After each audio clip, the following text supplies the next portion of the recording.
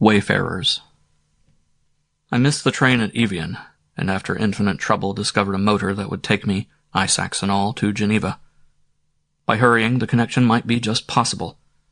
I telegraphed to Hatton to meet me at the station and lay back comfortably, dreaming of the precipices of Haute-Savoie. We made good time. The roads were excellent, traffic of the slightest when, crash, there was an instant's excruciating pain. The sun went out like a snuffed candle, and I fell into something as soft as a bed of flowers and as yielding to my weight as warm water. It was very warm. There was a perfume of flowers. My eyes opened, focused vividly upon a detailed picture for a moment, then closed again. There was no context, at least none that I could recall for the scene, though familiar as home, brought nothing that I definitely remembered. Broken away from any sequence, unattached to any past, unaware even of my own identity, I simply saw this picture as a camera snaps it off from the world, a scene apart, with meaning only for those who knew the context. The warm, soft thing I lay in was a bed, big, deep, comfortable, and the perfume came from flowers that stood beside it on a little table. It was in a stately, ancient chamber with lofty ceiling and immense open fireplace of stone. Old-fashioned pictures, familiar portraits and engravings I knew intimately, hung upon the walls. The floor was bare with dignified carved furniture of oak and mahogany, huge chairs and massive cupboards, and there were latticed windows set within deep embrasures of grey stone, where clambering roses patterned the sunshine that cast their moving shadows on the polished boards. With the perfume of the flowers there mingled too that delicate, elusive odor of age, of wood, of musty tapestries in spacious halls and corridors, and of chambers long unopened to the sun and air. By the door that stood ajar far away at the end of the room, very far away it seemed, an old lady wearing a little cap of silk embroidery was whispering to a man of stern, uncompromising figure, who, as he listened, bent down to her with a grave and even solemn face. A wide stone corridor was just visible through the crack of the open door behind her. The picture flashed and vanished. The numerous details I took in because they were well known to me already. That I could not supply the context was merely a trick of the mind, the kind of trick that dreams play. Darkness swamped vision again. I sank back into the warm, soft, comfortable bed of delicious oblivion. There was not the slightest desire to know. Sleep and soft forgetfulness were all I craved. But a little later, or was it a very great deal later, when I opened my eyes again, there was a thin trail of memory. I remembered my name and age. I remembered vaguely, as though from some unpleasant dream, that I was on the way to meet a climbing friend in the Alps of Haute-Savoie, and that there was need to hurry and be very active. Something had gone wrong, it seemed. There had been a stupid, violent disaster, pain in it somewhere, an accident. Where were my belongings? Where, for instance, was my precious ice axe? Tried old instrument on which my life and safety depended. A rush of jumbled questions poured across my mind. The effort to sort them hurt atrociously. A figure stood beside my bed. It was the same old lady I had seen a moment ago. Or was it a month ago? Even last year, perhaps. And this time she was alone. Yet, though familiar to me as my own right hand, I could not for the life of me attract her name. Searching for it brought the pain again. Instead, I asked an easier question. It seemed the most important somehow, though a feeling of shame came with it, as though I knew I was talking nonsense. My ice axe, is it safe? It should have stood any ordinary strain. It's ash. My voice failed absurdly, caught away by a whisper halfway down my throat. What was I talking about? There was vile confusion somewhere. She smiled tenderly, sweetly, as she placed her small, cool hand upon my forehead. Her touch calmed me, as it always did, and the pain retreated a little. "All your things are safe," she answered, in a voice so soft beneath the distant ceiling it was like a bird's note singing in the sky. "And you are also safe. There is no danger now.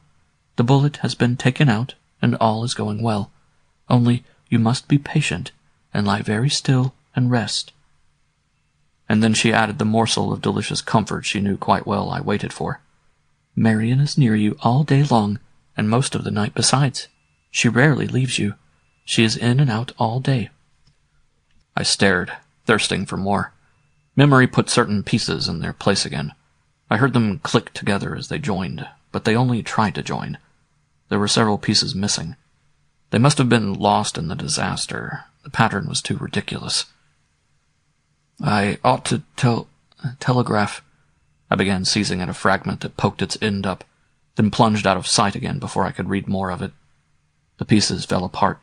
They would not hold together without these missing fragments. Anger flamed up in me.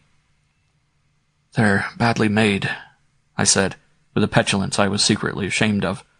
"You've chosen the wrong pieces. I'm not a child to be treated—" A shock of heat tore through me, led by a point of iron with blasting pain. "Sleep, my poor dear Felix, sleep," she murmured soothingly, while her tiny hand stroked my forehead, just in time to prevent that pointed hot thing entering my heart. "Sleep again now, and a little later you shall tell me their names, and I will send on horseback quickly." "Telegraph," I tried to say, but the word went lost before I could pronounce it. It was a nonsense word, caught up from dreams. Thought fluttered and went out. "I will send," she whispered, "in the quickest possible way. You shall explain to Marion. Sleep first a little longer. Promise me to lie quite still and sleep. When you wake again, she will come to you at once." She sat down gently on the edge of the enormous bed so that I saw her outline against the window where the roses clambered to come in. She bent over me. Or was it a rose that bent in the wind across the stone embrasure? I saw her clear blue eyes. Or was it 2 raindrops upon a withered rose leaf that mirrored the summer sky? "Thank you," my voice murmured with intense relief, as everything sank away in the old-world garden seemed to enter by latticed windows. For there was a power in her way that made obedience sweet, and her little hand, besides, cushioned the attack of that cruel iron point so that I hardly felt its entrance. Before the fierce heat could reach me, darkness again put out the world. Then, after a prodigious interval, my eyes once more opened to the stately old-world chamber that I knew so well. And this time I found myself alone. In my brain was a stinging, splitting sensation, as though memory shook her pieces together with angry violence. Pieces, moreover, made of clashing metal. A degrading nausea almost vanquished me. Against my feet was a heated metal body, too heavy for me to move, and bandages were tight round my neck and the back of my head. Dimly it came back to me that hands had been about me hours ago, soft, ministering hands that I loved. Their perfume lingered still. Faces and names fled in swift procession past me, yet without making any attempt to bid them stay. I asked myself no questions. Efforts of any sort was utterly beyond me. I lay and watched and waited, helpless and strangely weak. 1 or 2 things alone were clear. They came, too, without the effort to think them. There had been a disaster. They had carried me into the nearest house, and the mountain heights, so keenly longed for, were suddenly denied me. I was being cared for by kind people somewhere, far from the world's highest routes. They were familiar people, yet for the moment I had lost the name. But it was the bitterness of losing my holiday climbing that chiefly savaged me. So that strong desire returned upon itself unfulfilled. And knowing the danger of frustrated yearnings and the curious states of mind they may engender, my tumbling brain registered a decision automatically. "Keep careful watch upon yourself," it whispered, for I saw the peaks that towered above the world and felt the wind rise from the hidden valleys. The perfume of lonely ridges came to me, and I saw the snow against the blue-black sky. Yet I could not reach them. I lay instead broken and useless upon my back in a soft, deep, comfortable bed, and I loathed the thought. A dull and evil fury rose within me. Where was Haddon? He would get me out of it if anyone could. And where was my dear old trusted ice axe? Above all, who were these gentle old-world people who cared for me? And with this last thought came some fairy touch of sweetness, so delicious that I was conscious of sudden resignation, more even of delight and joy. This joy and anger ran races for possession of my mind, and I knew not which to follow. Both seemed real and both seemed true. The cruel confusion was an added torture. 2 sets of places and people seemed to mingle. "Keep a careful watch upon yourself," repeated the automatic caution. Then with returning blissful darkness came another thing, a tiny point of wonder where light entered in. I thought of a woman. It was a vehement, commanding thought. And though at first it was very close and real, as much of today as Hatton and my precious ice axe, the next second it was leagues away in another world somewhere. Yet before the confusion twisted it all askew, I knew her. I remembered clearly, even where she lived, that I knew her husband, too, had stayed with them in Scotland. Yes, in Scotland. Yet no word in this life had ever crossed my lips, for she was not free to come. Neither of us, with eyes or lips or gesture, had ever betrayed a hint to the other of our deeply hidden secret. And although for me she was the woman, my great yearning, long, long ago it was, in early youth, had been sternly put aside and buried with all the vigor nature gave me. Her husband was my friend as well. Only now the shock had somehow strained the prison bars, and the yearning escaped for a moment full-fledged and vehement with passion long denied. The inhibition was destroyed. The knowledge swept deliciously upon me that we had the right to be together, because we always were together. I had the right to ask for her. My mind was certainly a mere field of confused, ungoverned images. No thinking was possible, for it hurt too vilely. But this one memory stood out with violence. I distinctly remember that I called to her to come, and that she had the right to come because my need was so peremptory. To the one most loved of all this life had brought me, yet to whom I had never spoken because she was in another's keeping, I called for help, and called, I verily believe, aloud, "Please come!" Then close upon its heels the automatic warning again, "Keep close watch upon yourself." It was as though one great yearning had loosed the other that was even greater and had set it free. Disappearing consciousness then followed the cry for an incalculable distance. Down into subterraneans within myself that were positively frightening it plunged away. But the cry was real. The yearning appeal held authority in it as of command. Love gave the right, supplied the power as well.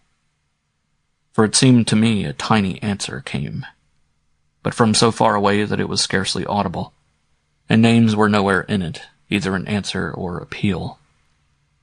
"I am always here. I have never, never left you." The unconsciousness that followed was not complete, apparently. There was a memory of effort in it, of struggle, and, as it were, of searching. Someone was trying to get at me. I tossed in a troubled sea upon a piece of wreckage that another swimmer also fought to reach. Huge waves of transparent green now brought this figure nearer, now concealed it, but it came steadily on, holding out a rope. My exhaustion was too great for me to respond, yet this swimmer swept up nearer, brought by enormous rollers that threatened to engulf us both. The rope was for my safety, too. I saw hands outstretched. In the deep water I saw the outline of the body, and once I even saw the face. But for a second merely. The wave that bore it crashed with a horrible roar that smothered us both and swept me from my piece of wreckage. In the violent flood of water, the rope whipped against my feeble hands. I grasped it. A sense of divine security at once came over me, an intolerable sweetness of utter bliss and comfort, then blackness and suffocation as of the grave. The white-hot point of iron struck me. It beat audibly against my heart. I heard the knocking. The pain brought me up to the surface, and the knocking of my dreams was in reality a knocking on the door. Someone was gently tapping. Such was the confusion of images in my pain-racked mind that I expected to see the old lady enter, bringing ropes and ice axes, and followed by Hatton, my mountaineering friend, for I thought that I had fallen down a deep crevasse and had waited hours for help in the cold, blue darkness of the ice. I was too weak to answer, and the knocking, for that matter, was not repeated. I did not even hear the opening of the door, so softly did she move into the room. I only knew that before I actually saw her, this wave of intolerable sweetness drenched me once again with bliss and peace and comfort. My pain retreated, and I closed my eyes knowing I should feel that cool and soothing hand upon my head. The same minute I did feel it. There was a perfume of old gardens in the air. I opened my eyes to look the gratitude I could not utter, and saw close against me, not the old lady, but the young and lovely face my worship had long made familiar. With lips that smiled their yearnings and eyes of brown that held tears of sympathy, she sat down beside me on the bed. The warmth and fragrance of her atmosphere enveloped me. I sank away into a garden where spring melts magically into summer. Her arms were round my neck. Her face dropped down so that I felt her hair upon my cheek and eyes. And then, whispering my name twice over, she kissed me on the lips. "Marion," I murmured. "Hush. Mother sends you this," she answered softly. "You are to take it all. She made it with her own hands, but I bring it to you.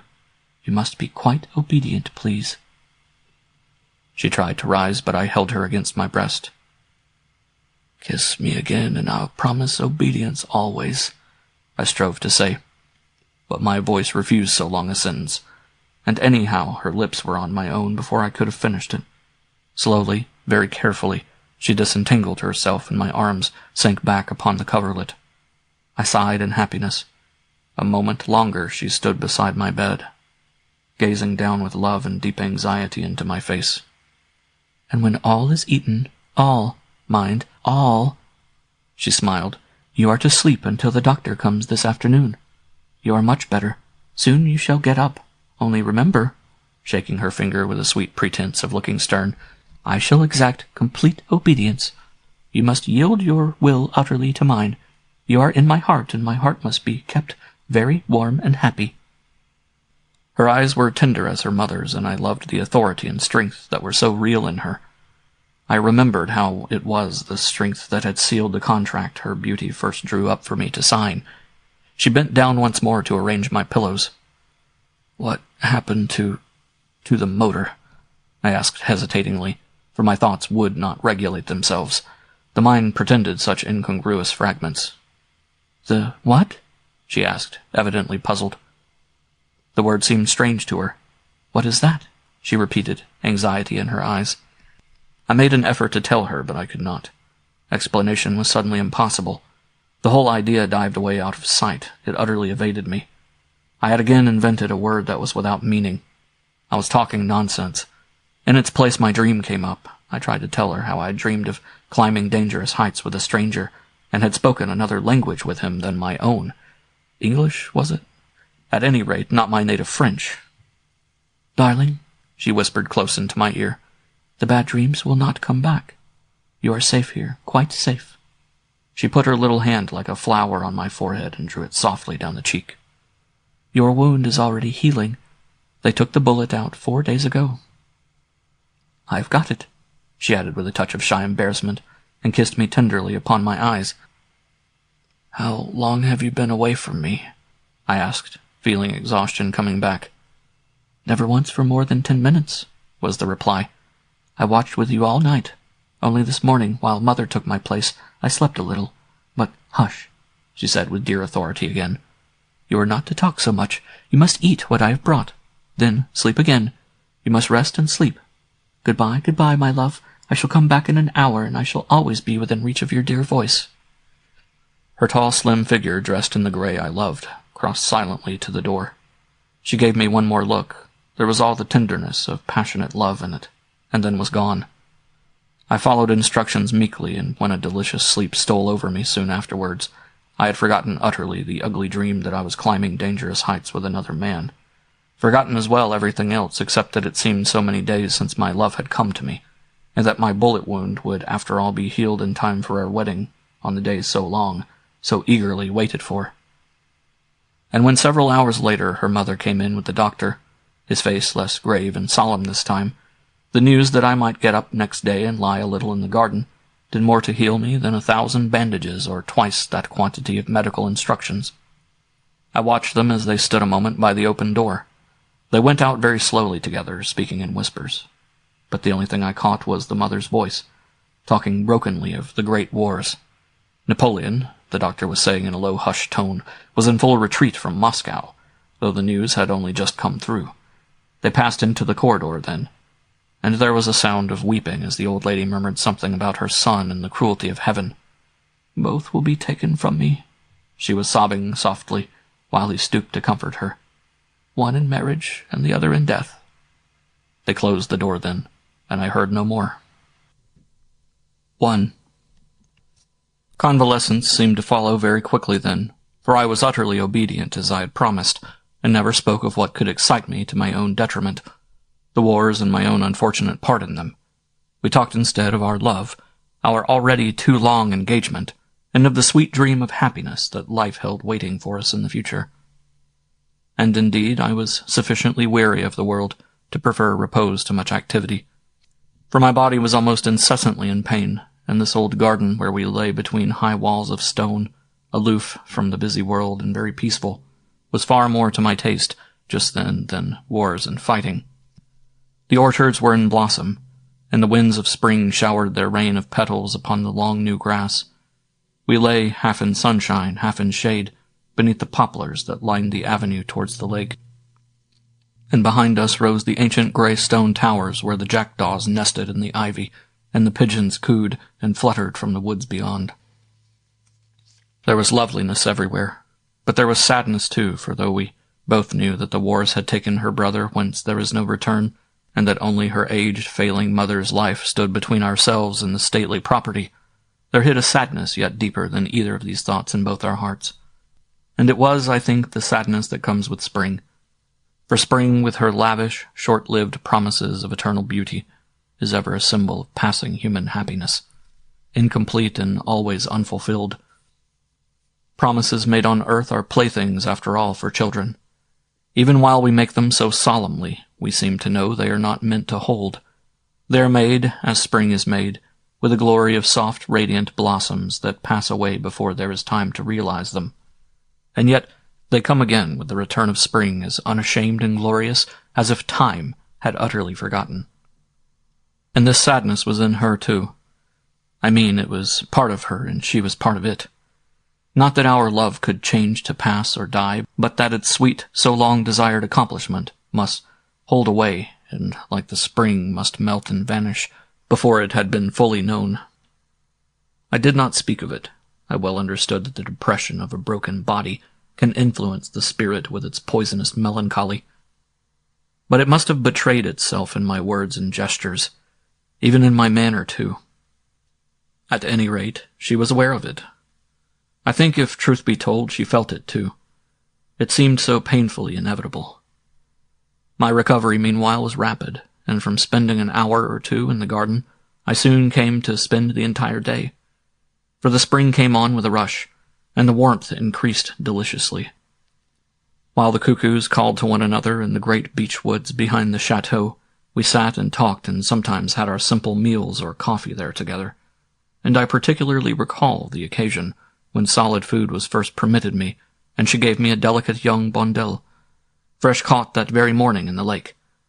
There were leaves of sweet, crisp lettuce with it, and she picked the bones out for me with her own white hands. The day was radiant, with a sky of cloudless blue. Soft airs stirred the poplar crests. The little waves fell on the pebbly beach not 50 meters away, and the orchard floor was carpeted with flowers that seemed to have caught from heaven's stars the patterns of their yellow blossoms. The bees droned peacefully among the fruit trees. The air was full of musical, deep hummings. My former vigor stirred delightfully in my blood, and I knew no pain, beyond occasional dull twinges in the head that came with a rush of temporary darkness over my mind. The scar was healed, however, and the hair had grown over it again. This temporary darkness alarmed her more than it alarmed me. There were grave complications, apparently, that I did not know of. But the deep-lying sadness in me seemed independent of the glorious weather, due to causes so intangible, so far off that I never could dispel them by arguing them away. For I could not discover what they actually were. There was a vague, distressing sense of restlessness that I ought to have been elsewhere and otherwise, that we were together for a few days only, and that these few days I had snatched unlawfully from stern imperative duties. These duties were immediate but neglected. In a sense, I had no right to this springtide of bliss her presence brought me. I was playing truant somehow, somewhere. It was not my absence from the regiment, that I know. It was infinitely deeper, set to some enormous scale that vaguely frightened me, while it deepened the sweetness of the stolen joy. Like a child, I sought to pin the sunny hours against the sky and make them stay. They passed with such a mocking swiftness, snatched momentarily from some big oblivion. The twilights swallowed our days together before they had been properly tasted, and on looking back, each afternoon of happiness seemed to have been a mere moment in a flying dream. And I must have somehow betrayed the aching mood, for Marian turned of a sudden and gazed into my face with yearning and anxiety in the sweet brown eyes. "What is it, dearest?" I asked, "and why do your eyes bring questions?" "You sighed," she answered, smiling a little sadly, "and sighed so deeply. You are in pain again. The darkness perhaps is over you?" And her hand stole out to meet my own. "You are in pain?" "Not physical pain," I said, "and not the darkness either. I see you clearly," and would have told her more as I carried her soft fingers to my lips, had I not divined from the expression in her eyes that she read my heart and knew all my strange, mysterious forebodings in herself. "I know," she whispered before I could find speech, "for I feel it too. It is the shadow of separation that oppresses you, yet of no common, measurable separation you can understand. Is it not that?" Leaning over then, I took her close into my arms, since words in that moment were mere foolishness. I held her so that she could not get away, but even while I did so, it was like trying to hold the spring or fasten the flying hour with a fierce desire.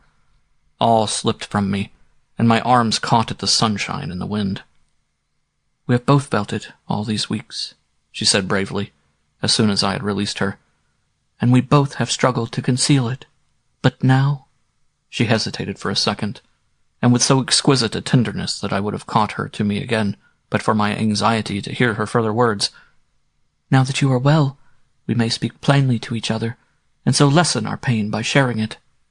And then she added, still more softly, "You feel there is something that shall take you from me, yet what it is you cannot discover nor divine. Tell me, Felix, all your thought, that I in turn may tell you mine." Her voice floated about me in the sunny air. I stared at her, striving to focus the dear face more clearly for my sight. A shower of apple blossoms fell about us, and her words seemed floating past me like those passing petals of white. They drifted away. I followed them with difficulty and confusion. With the wind, I fancied, a veil of indefinable change slipped across her face and eyes. "Yet nothing that could alter feeling," I answered, for she had expressed my own thought completely. "Nor anything that either of us can control, only, perhaps, that everything must fade and pass away, just as this glory of the spring must fade and pass away." "Yet leaving its sweetness in us," she caught me up passionately, "and to come again, my beloved, to come again in every subsequent life, each time with an added sweetness in it too." Her little face showed suddenly the courage of a lion in its eyes. Her heart was ever braver than my own, a vigorous fighting soul. She spoke of lives. I prattled of days and hours merely. A touch of shame stole over me, but that delicate, swift change in her spread too. With a thrill of ominous warning, I noticed how it rose and grew about her. From within onwards it seemed to pass like a shadow of great blue distance. Shadow was somewhere in it, so that she dimmed a little before my very eyes. The dreadful yearning searched and shook me, for I could not understand it, try as I would. She seemed going from me, drifting like her words, and like the apple blossoms. "But when we shall no longer be here to know it," I made answer quickly, yet as calmly as I could, "and when we shall have passed to some other place, to other conditions, where we shall not recognize the joy and wonder, when barriers of mist shall have rolled between us, our love and passion so made over that we shall not know each other." The words rushed out feverishly, half beyond control, "and perhaps shall not even dare to speak to each other of our deep desire." I broke off abruptly, conscious that I was speaking out of some unfamiliar place, where I floundered, helpless among strange conditions. I was saying things I hardly understood myself. Her bigger, deeper mood spoke through me, perhaps. Her darling face came back again. She moved close within reach once more. "Hush, hush," she whispered, terror and love both battling in her eyes. "It is the truth, perhaps, but you must not say such things. To speak them brings them closer. A chain is about our hearts, a chain of fashioning lives without number, but do not seek to draw upon it with anxiety or fear. To do so can only cause the pain of wrong entanglement. and interrupt the natural running of the iron links." And she placed her hand swiftly upon my mouth, as though divining that the bleak attack of anguish was again upon me with its throbbing rush of darkness. But for once I was disobedient and resisted. The physical pain, I realized vividly, was linked closely with this spiritual torture. One caused the other somehow. The disordered brain received, though brokenly, some hints of darker and unusual knowledge. It had stammered forth in me, but through her it flowed easily and clear. I saw the change move more swiftly than across her face. Some ancient look passed into both her eyes. And it was inevitable. I must speak out, regardless of mere bodily well-being. "We shall have to face them someday," I cried, although the effort hurt abominably. "Then why now?" And I drew her hand down and kissed it passionately, over and over again. "We are not children, to hide our faces among shadows and pretend we are invisible. At least we have the present, the moment that is here and now. We stand side by side in the heart of this deep spring day. This sunshine and these flowers, this wind across the lake, this sky of blue and this singing of the birds. All are ours now. Let us use the moment that time gives, and so strengthen the chain you speak of, that shall bring us again together, times without number. We shall then perhaps remember. Oh, my heart, think what this would mean, to remember." Exhaustion caught me, and I sank back among my cushions, but Marian rose up suddenly and stood beside me, and as she did so, another sky dropped softly down upon us both, and I smelt again the incense of old gardens that brought long-forgotten perfumes, incredibly sweet, but with it an ache of far-off, passionate remembrance that was pain. This great ache of distance swept over me like a wave. I know not what grand change then was wrought upon her beauty, so that I saw her defiant and erect, commanding fate because she understood it. She towered over me, but it was her soul that towered. The rush of internal darkness in me blotted out all else. The familiar, present sky grew dim. The sunshine faded. The lake and flowers and poplars dipped away. Conditions 1,000 times more vivid took their place. She stood out, clear and shining in the glory of an undressed soul, brave and confident with an eternal love that separation strengthened but could never change. The deep sadness I abruptly realized was very little removed from joy, because somehow it was the condition of joy. I could not explain it more than that. And her voice, when she spoke, was firm with a note of steel in it, intense yet devoid of the wasting anger that passion brings. She was determined beyond death itself, upon a foundation sure and lasting as the stars. The heart in her was calm because she knew. She was magnificent. "We are together, always," she said, her voice rich with the knowledge of some unfathomable experience. "For separation is temporary merely, forging new links in the ancient chains of lives that binds our hearts eternally together." She looked like one who had conquered the adversity time brings by accepting it. "You speak of the present as though our souls were already fitted now to bid it stay, needing no further fashioning. Looking only to the future, you forget our ample past that has made us what we are. Yet our past is here and now, beside us at this very moment. Into the hollow cups of weeks and months, of years and centuries, time pours its flood beneath our eyes. Time is our schoolroom. Are you so soon afraid? Does not separation achieve that which companionship never could accomplish? And how shall we dare eternity together if we cannot be strong in separation first?" I listened while a flood of memories broke up through film upon film and layer upon layer that had long covered them. "This present that we seem to hold between our hands," she went on in that earnest, distant voice, "is our moment of sweet remembrance that you speak of renewal perhaps, too, of reconciliation, a fleeting instant when we may kiss again and say goodbye, but with strengthened hope and courage revived. But we may not stay together finally. We cannot, until long discipline and pain shall have perfected sympathy and schooled our love by searching, difficult tests, that it may last forever." I stretched my arms out dumbly to take her in. Her face shone down upon me, bathed in an older, fiercer sunlight, The change in her seemed in an instant, then complete. Some big soft wind blew both of us 10,000 miles away. The centuries gathered us back together. "Look rather to the past," she whispered grandly, "where first we knew the sweet opening of our love. Remember, if you can, how the pain and separation have made it so worthwhile to continue, and be braver thence." She turned her eyes more fully upon my own, so that their light persuaded me utterly away with her. An immense new happiness broke over me. I listened, and with the stirrings of an ampler courage. It seemed I followed her down an interminable vista of remembrance, till I was happy with her among the flowers and fields of our earliest pre-existence. Her voice came to me with the singing of birds and the hum of summer insects. "Have you so soon forgotten," she sighed, "when we first knew together the perfume of the hanging Babylonian gardens?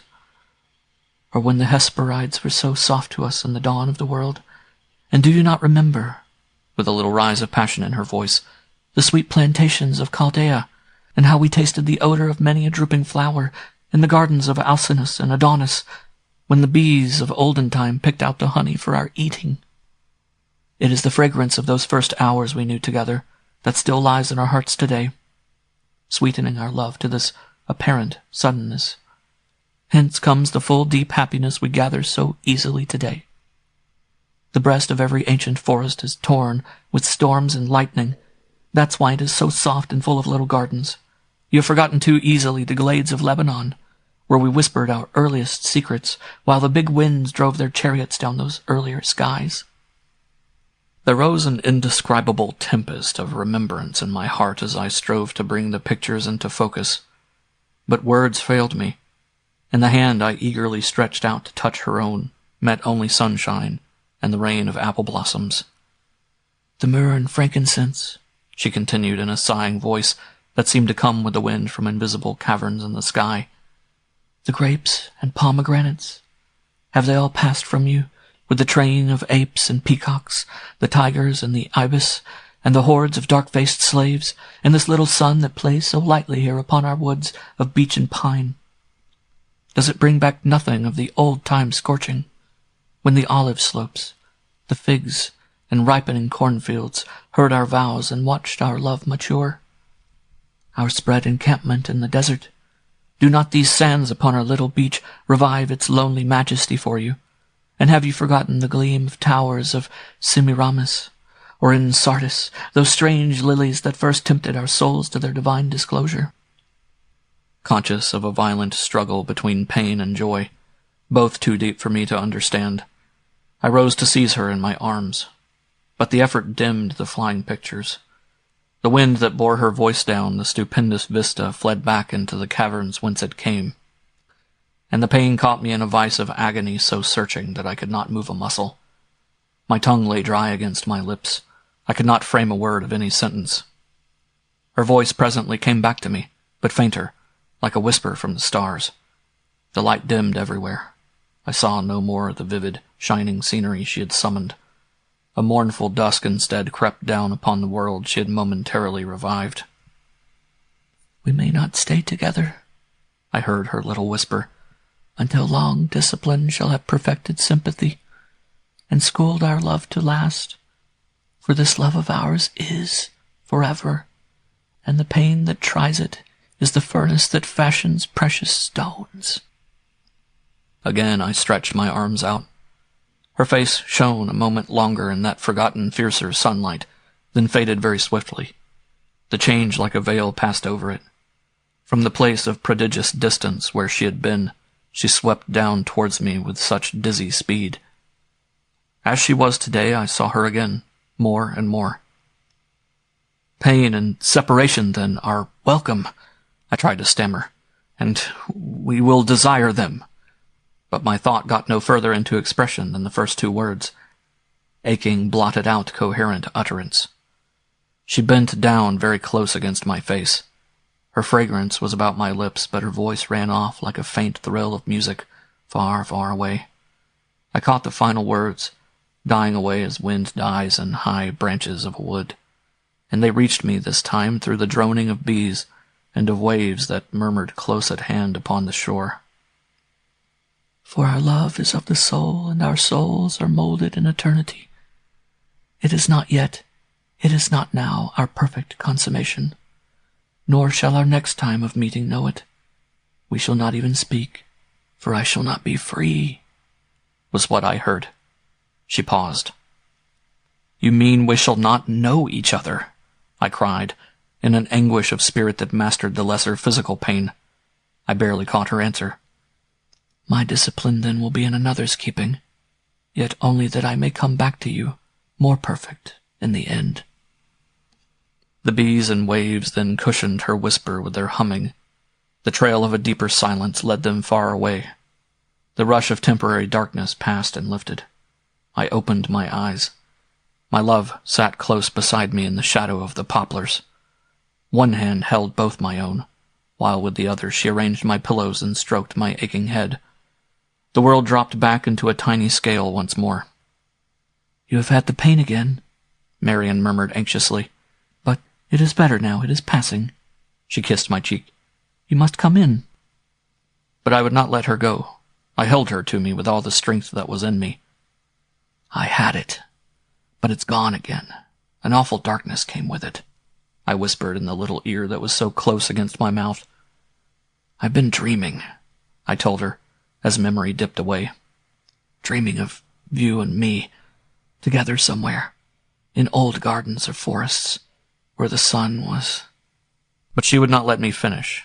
I think in any case I could not have said more, for thought evaded me, and any language of coherent description was in the same instant beyond my power. Exhaustion came upon me, that vile, compelling nausea with it. The sun here is too strong for you, dear love, I heard her saying, and you must rest more.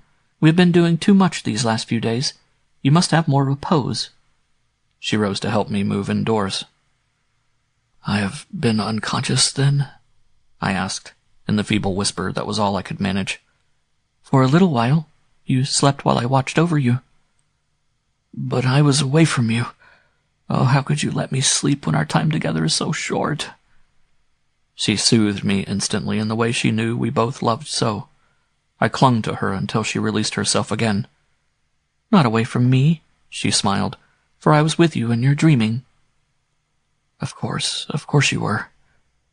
But already I knew not exactly why I said it, nor caught the deep meaning that struggled up into my words from such unfathomable distance. Come, she added with her sweet authority again. We must go in now. Give me your arm and I will send out for the cushions. Lean on me. I'm going to put you back to bed. But I shall sleep again, I said petulantly, and we shall be separated.